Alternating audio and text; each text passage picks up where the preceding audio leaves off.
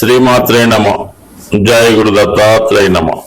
ఈ వీడియోలో మనం జూన్ 6వ తారీఖు వరకు కర్కాటక రాశిలో కుజగ్రహ సంచారం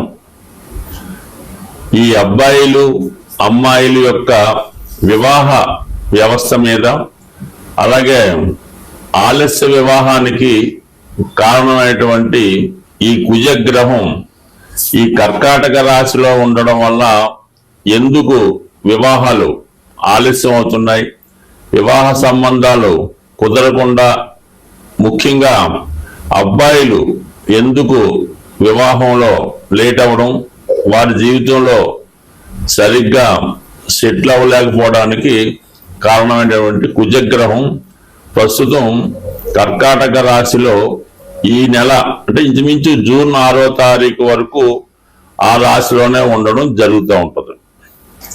అయితే కుజుడికి అది నీచ స్థానం అవటం వల్ల తను అత్యంత పవర్ఫుల్ గా బలంగా పనిచేయలేకపోతుంటాడు. సాధారణంగా వివాహం జరగడానికి, వివాహం తర్వాత అన్యోన్య దాంపత్యం ఉండడానికి కుజగ్రహం చాలా వరకు కారణమవుతూ ఉంటుంది. అయితే ఎక్కువగా అమ్మాయిల జాతకంలో కుజుడు భర్త యొక్క స్థాయిని, ఎటువంటి భర్త వస్తాడు, అలాగే జాతకంలో కుజదోషం ఎంతవరకు ఉంటుంది, ఇవన్నీ కూడా ఎస్పెషల్లీ అమ్మాయిల జాతకంలో కుజుడు ఎంత బలంగా ఉంటే వారికి వివాహం అంత తొందరగా అవ్వడం, అలాగే వివాహం తర్వాత కూడా అన్యోన్యంగా ఉండడం, అలాగే తొందరగా సంతానం కలగడానికి కూడా కుజుడే కారణం అవుతుంటాడు. అయితే అబ్బాయిల జాతకంలో కుజుడు ఎంత బలంగా ఉంటే ఆ అబ్బాయి అంత తొందరగా జీవితంలో తొందరగా చదువు పూర్తి చేసి ఎంబటినే ఉద్యోగంలో చేరి వివాహం కూడా తొందరగా జరగడానికి, అంటే తొందరగా సెటిల్ అవ్వడానికి మగవారి జాతకంలో కుజుడు అత్యంత బలంగా ఉంటే ఆ బలం యొక్క స్థాయిని బట్టి అబ్బాయి యొక్క భవిష్యత్తు, అతని వివాహం, అతని క్యారెక్టరు ఇవన్నీ కూడా ఆధారపడి ఉంటాయి.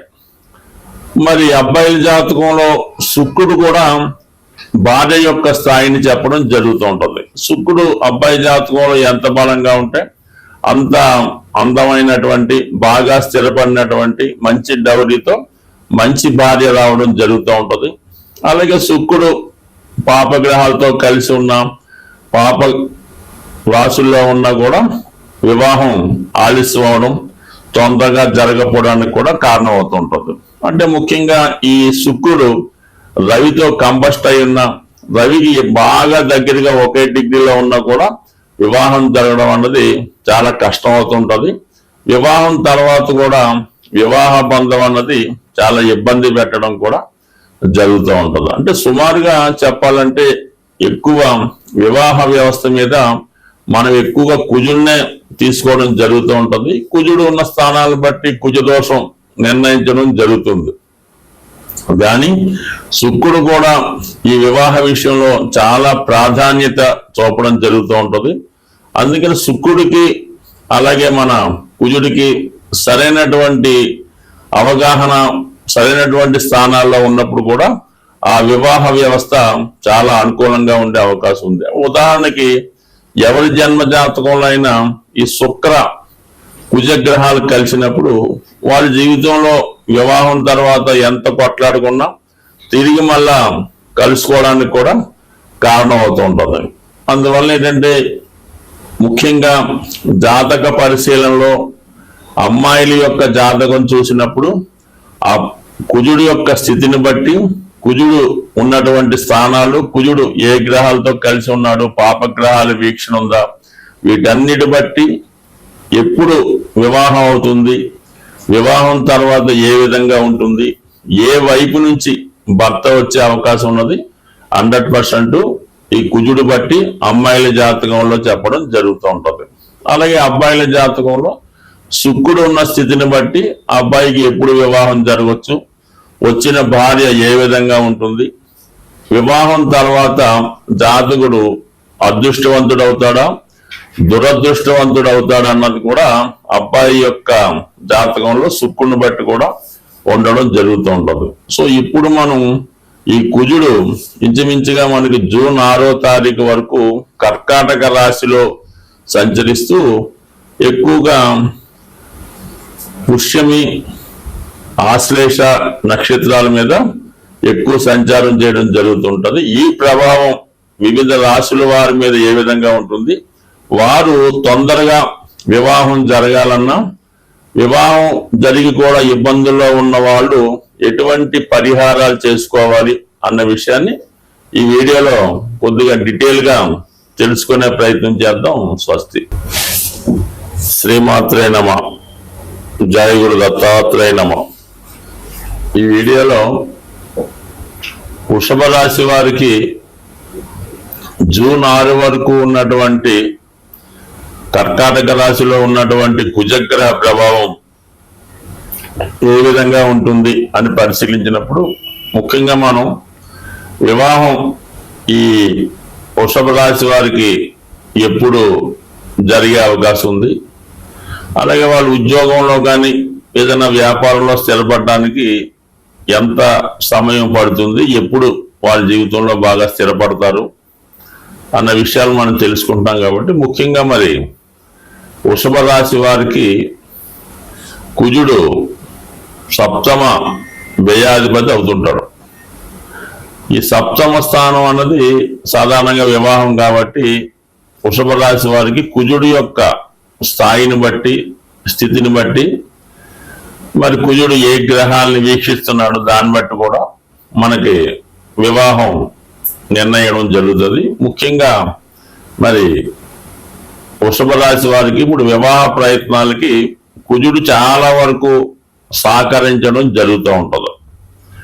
సాధారణంగా 3 అన్నది ఏంటంటే కమ్యూనికేషన్స్ చెప్తూ ఉంటుంది అన్నమాట.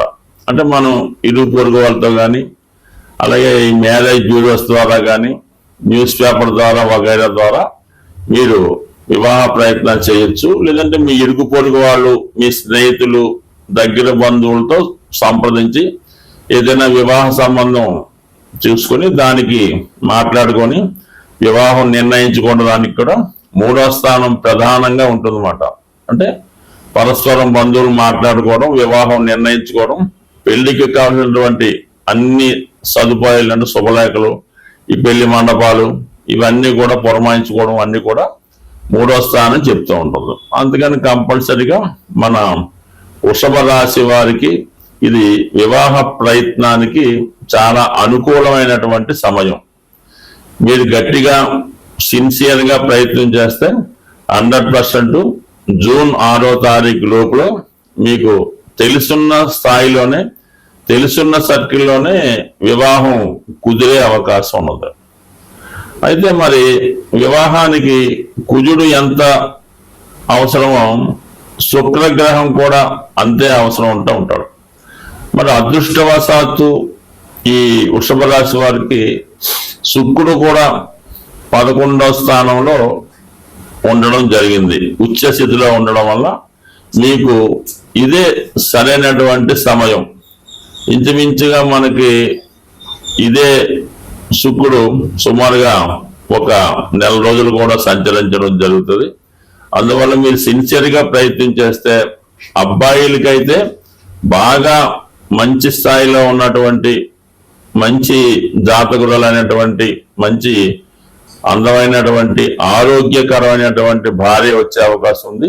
ఈ సమయంలో అబ్బాయి గనక వివాహం నిర్ణయం అయితే కంపల్సరిగా ఈ వివాహం తర్వాత ఆ అబ్బాయి యొక్క జీవితం కూడా బ్రహ్మాండంగా సెటిల్ అవ్వడం జరుగుతూ ఉంటుంది. అంటే సంపాదించే భార్య రావడం వల్ల చాలా వరకు జాతకుడు చాలా ఆనందంగా సంతోషంగా ఉండే అవకాశం ఉన్నది.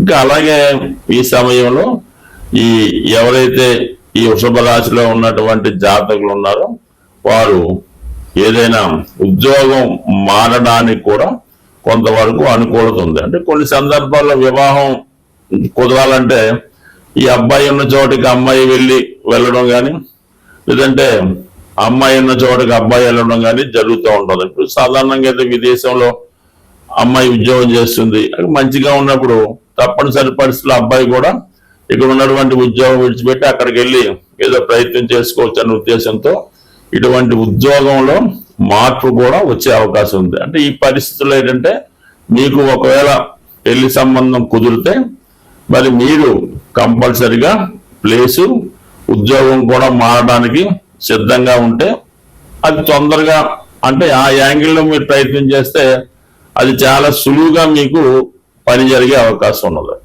ఇక మోస్ట్ ప్రాబబుల్ ఏంటంటే ఏదైనా వివాహం చేయవలసి వచ్చినప్పుడు ఏదైనా ధనం కూడా అవసరం ఉంటుంది.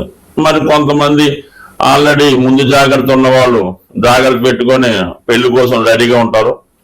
మరి కొంతమంది వివాహం కుదిరిన తర్వాత ఈ రుణ ప్రయత్నాలు అవి చేస్తూ ఉంటారు. మరి ఇప్పుడు ఈ కుజుడు 3వ స్థానం నుంచి 6వ స్థానాన్ని వీక్షించడం వల్ల కంపల్సరిగా ఈ వృషభ రాశి వారు వివాహం కొరకు రుణ ప్రయత్నం చేయడం, ఆ రుణం మీకు కంపల్సరిగా దొరికే అవకాశం ఉంటుంది. అంటే మొత్తం మీద సజావుగా వృషభ రాశి వృషభ లగ్నం వారు మీ యొక్క వివాహ ప్రయత్నాలు చేయడం వల్ల ఇంచుమించుగా జూన్ నెలాఖరు లోపల అనుకోవచ్చు, లేదా జూన్ 6వ తారీఖు లోపలనే వివాహం నిశ్చయం అవడం జరుగుతూ ఉంటుంది. అంటే చిన్న చిన్న కండిషన్స్ ఉంటాయి, దాన్ని అంగీకరించడం వల్ల వివాహం ఇంకా తొందరగా జరిగే అవకాశం ఉంది. స్వస్తి. వివాహం ఆలస్యం అవుతున్న వారు, వివాహం తర్వాత భార్యాభర్తల మధ్య విభేదాలు ఉన్నవాళ్ళు, తొందరగా వివాహం కావాలన్నా ఏదైనా ప్రతిదానికి ఒక పరిహారం ఉంటుంది కాబట్టి సాధ్యమైనంత వరకు ఈ సుబ్రహ్మణ్య స్వామి ఒకటి కారణం అవుతుంటారు, ఆంజనేయ స్వామి కూడా ఒకటి కారణం అవుతుంటారు. అంటే మనకి కలియుగంలో హనుమాను తొందరగా అనుగ్రహించే గ్రహం కాబట్టి ముఖ్యంగా ఒక 8 మంగళవారాలు ఆంజనేయ స్వామి వారి ఆలయంలో 108 తమలపాకులు, ఒక 5 బాగా ముగ్గిన అరటిపళ్ళు, కొద్దిగా సింధూరం, ఒక కొబ్బరికాయ ఇవి తీసుకొని స్వామివారికి తమలపాకులతో అర్చన జరిపించి ఒక 8 మంగళవారాలు కంప్లీట్గా అర్చన చేయవలసి ఉంటుంది. మధ్యలో ఏదైనా ఆటంకం వస్తే దాన్ని కంటిన్యూ చేసుకోవచ్చు. అయితే ముఖ్యంగా స్త్రీలు వేకువజామునే లేచి ఈ స్నానం చేసేటప్పుడు ఆ నీళ్ళలో కొద్దిగా పసుపు కలిపి మంగళ స్నానం చేసిందాగా తలక స్నానం అది చేయవలసి ఉంటుంది. సాంప్రదాయ దుస్తులు ధరించవలసి ఉంటుంది. కంపల్సరిగా గాజులు, అంటే మట్టి గాజులు, దాన్ని గాజులు అంటారు. 2 చేతులకు కూడా కనీసం ఒక చేతికి 8, ఒక చేతికి 8, అది ఎరుపు రంగు అయితే వెరీ బెటర్, ఆకుపచ్చ రంగు అయినా పర్వాలేదు. ఈ విధంగా వాళ్ళు సాంప్రదాయ దుస్తులతో సాంప్రదాయంగా ఈ పసుపు కలిపినటువంటి నీటితో స్నానం చేసి వాళ్ళు ఈ 8 మంగళవారాలు కంప్లీట్ చేయవలసి ఉంటుంది. మగపిల్లలు కూడా ఇంచుమించుగా సాంప్రదాయ దుస్తులతోనే చేయాలి. ఆ మంగళవారం కంపల్సరిగా నియమంగా ఉండాలి. ఆ ఒక్కరోజు మామూలుగా భూమి మీద సాపేసుకొని తలగడేసుకొని దుప్పటితో కప్పుకోవచ్చు. మన మంచం మీద కాకుండా విడిగా సెపరేట్ గా పడుకొని ఈ 8 వారాలు పూర్తి చేయడం వల్ల కంపల్సరిగా 8వ వారం అవ్వకుండానే వివాహం జరిగే అవకాశం ఉంటుంది. ఇంకా ఈ సమయంలో ఏంటంటే ఏదైనా కొంతమంది వివాహమైనటువంటి ముత్తైదువులంటి స్త్రీలకి ఏదైనా పలహారం ఇవ్వడం, వాళ్ళకి కందిపప్పుతో ఉన్నటువంటి కలిపినటువంటి భోజనం, అంటే అన్నీ ఉంటాయి, దాంతోపాటు కందిపప్పు కూడా కంపల్సరీగా ఉండడం, ఈ విధంగా చేయవలసి ఉంటుంది. కంపల్సరీగా 8 మంగళవారాలు ఆంజనేయ స్వామి తమలపాకులు పూజ చేస్తే 100% ఈ వివాహానికి ఎక్కడున్నా స్వామి ఆ వివాహ సంబంధం కలిపే అవకాశం ఉంటుంది.